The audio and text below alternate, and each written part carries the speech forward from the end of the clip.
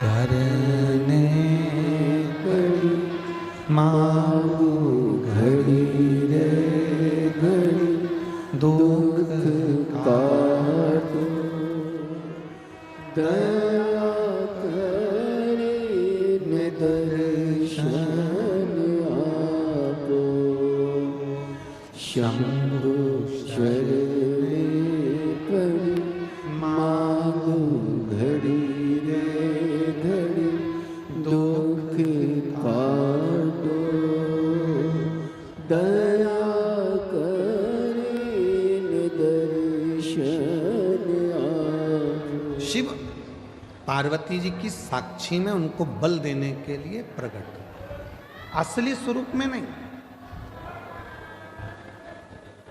असली स्वरूप में शिव नहीं है, शिव स्वरूप बदल कर कभी शंकर भगवान ऋषि का रूप लेकर आते हैं और पार्वती को बल देते हैं, कभी शंकर भगवान मगर बनकर आते हैं पार्वती को बल देते हैं, कभी शंकर भगवान पार्वती जी के सम्मुख में कोई स्त्री का रूप लेकर आते हैं, बल देते हैं।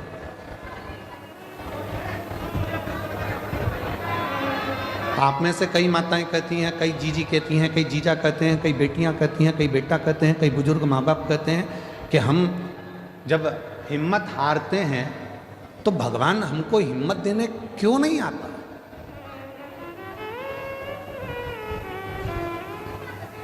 भगवान को हिम्मत देने क्यों नहीं आता।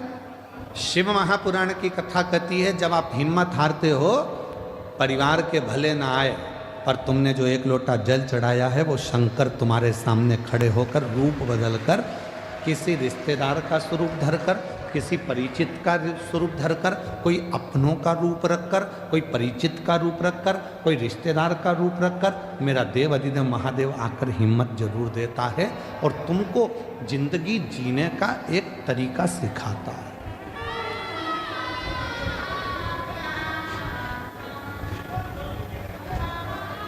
ऐसा नहीं कि संसार में जो जन्मे हैं उनको मौका नहीं मिलता, सबको देता है। एक पशु है, मेरा देवाधिदेव महादेव उसको भी आगे बढ़ने का मौका देता। एक पक्षी है, मेरा महादेव उसको भी आगे बढ़ने का मौका देता। एक जीव जंतु है, मेरा महादेव उसको भी आगे बढ़ने का मौका देता। और एक सांसारिक मनुष्य है, उसको भी आगे बढ़ने का मौका मेरा देवाधिदेव महादेव देता। ऐसा नहीं है कि मेरे शिव जी मौका नहीं देते।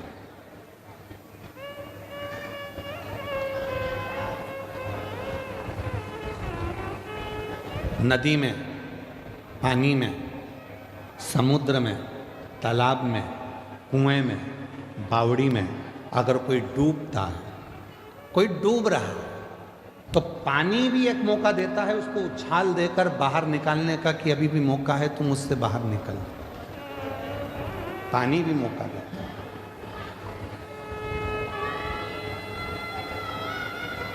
वो परमात्मा हर जगह मौका देने के लिए तैयार बैठा है।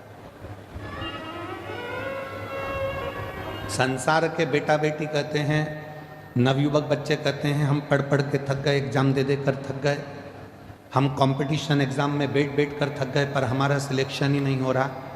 ऐसा नहीं है, तुम देते रहो, मेहनत करते रहो, अपनी पढ़ाई को 4 गुना बढ़ाओ, अपनी विद्वत्ता को 4 गुना बढ़ाओ, अपनी रात दिन एक कर दो, और आखिरी में शंकर भगवान पर शहद लगाकर एक बेलपत्री समर्पित कर कर फिर परीक्षा में जाकर बैठिए, बाबा आपको सफलता जरूर देंगे। आपको सफलता मिलेगी। संसार में जन्मा नहीं जिसको परमात्मा ने आगे बढ़ने के लिए मौका नहीं दिया। उड़ने का मौका तो परमात्मा देते ही हैं।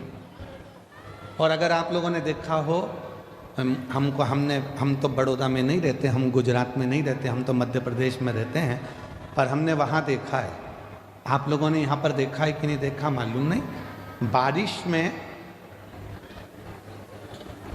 एक होती है चींटी, एक होता है चीटा। बोलो बोलो, देखा है कि नहीं देखा? समय एक ऐसा आता है कि भगवान वो चींटी को भी पर दे देता है और चीटे को भी पर देता है कि उड़ ले, तू भी उन्नति की ओर बढ़ ले, तू भी आ। आप जरा विचार करिएगा कि वो परमात्मा जब चींटी को पर दे सकता है, वो परमात्मा जब चींटे को पर दे सकता है, पर उस चींटे और चींटी में भी कोई कोई चींटे ऐसे रहते हैं, पर मिलने के बाद भी वो उड़ते ही नहीं हैं, वो आगे बढ़ते ही नहीं हैं। संसार में ऐसे लोग भी हैं कि उनको मौका मिलता है तो भी उस मौके का वो फायदा ना उठाकर वहीं की वहीं पड़े रहते हैं और आगे बढ़ नहीं। उसने चींटी को भी पर दिया, उसने चींटे को भी पर दिया कि तू बढ़ ले, आगे बढ़ ले। ये 7 दिन की शिव महापुराण की कथा हो रही है। आज कथा का 6ठा दिन है, आज कथा की शिवरात्रि है। कल कथा सुबह 8 बजे से 11 बजे तक ये बड़ौदा नगर के इस ग्राउंड में हो जाएगी। टीवी पर वही 2 बजे से 5 बजे तक आ जाएगी।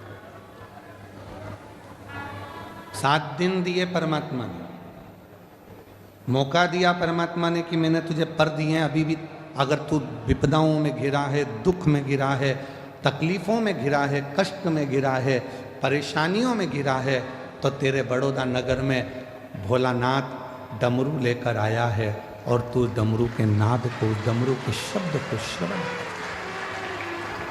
वो मौका दे रहा है। उसके बाद भी अगर हम श्रवण ही ना करें, धारण ही ना करें, तो वो जीवन बेकार। इसको कहते हैं शिव महापुराण ज्ञान यज्ञ। कौन सा यज्ञ है ये? जम के बोलो जरा। शिव महापुराण ज्ञान यज्ञ। क्योंकि सारे यज्ञों में सबसे बड़ा यज्ञ होता है ज्ञान का यज्ञ।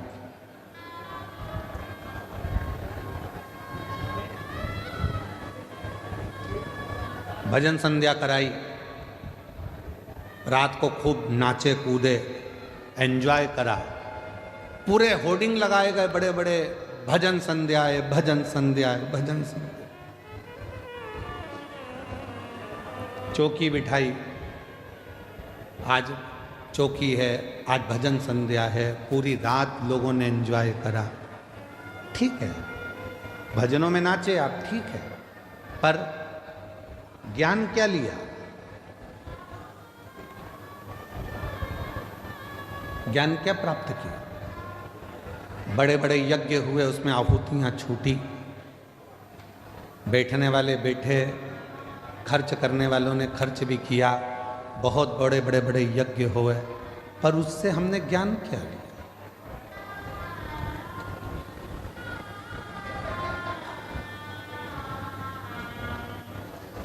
इसको शिव महापुराण ज्ञान यज्ञ कहते हैं। तो कहा गुरुजी अगर ये यज्ञ है तो यहां कुंडी कहां है? हवन की कुंडी कहां है? तो शिव महापुराण कहती है जितनी मुंडी उतनी कुंडी। ये ज्ञान यज्ञ है। इस ज्ञान यज्ञ में जितने जितने बैठे हुए हैं और जिन जिन के कानों में शिव महापुराण की कथा जा रही है, जितनी जितनी मुंडी है, जितने जितने शीश हैं, उतनी उतनी वो कुंडी है। ये ज्ञान उसकी बुद्धि में, उसके श्रवण शक्ति में जा रहा है, वो नेत्रों से दर्शन कर रहा है, हृदय में उतार रहा है, और एक ना एक दिन जो उसने ज्ञान लिया है उसकी जिंदगी में अगर उसने उतार लिया तो वो संकट से बचेगा और एक दिन मेरा भोले बाबा उसकी झोली खुशियों से भरेगा। ये वो यज्ञ है।